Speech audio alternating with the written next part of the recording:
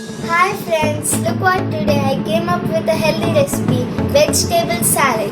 For that we need chopped tomato, capsicum, carrot, cucumber, onion, cabbage, coriander and pudina. You have to cut it in a same texture.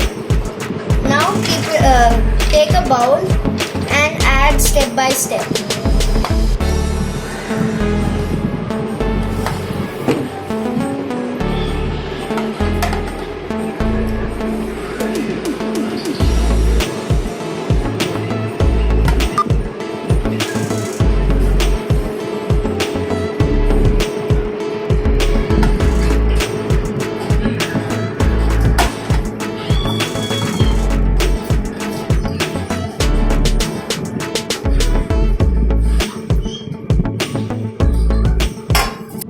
Now add pepper powder, chaat masala and salt, then lemon juice, then mix it.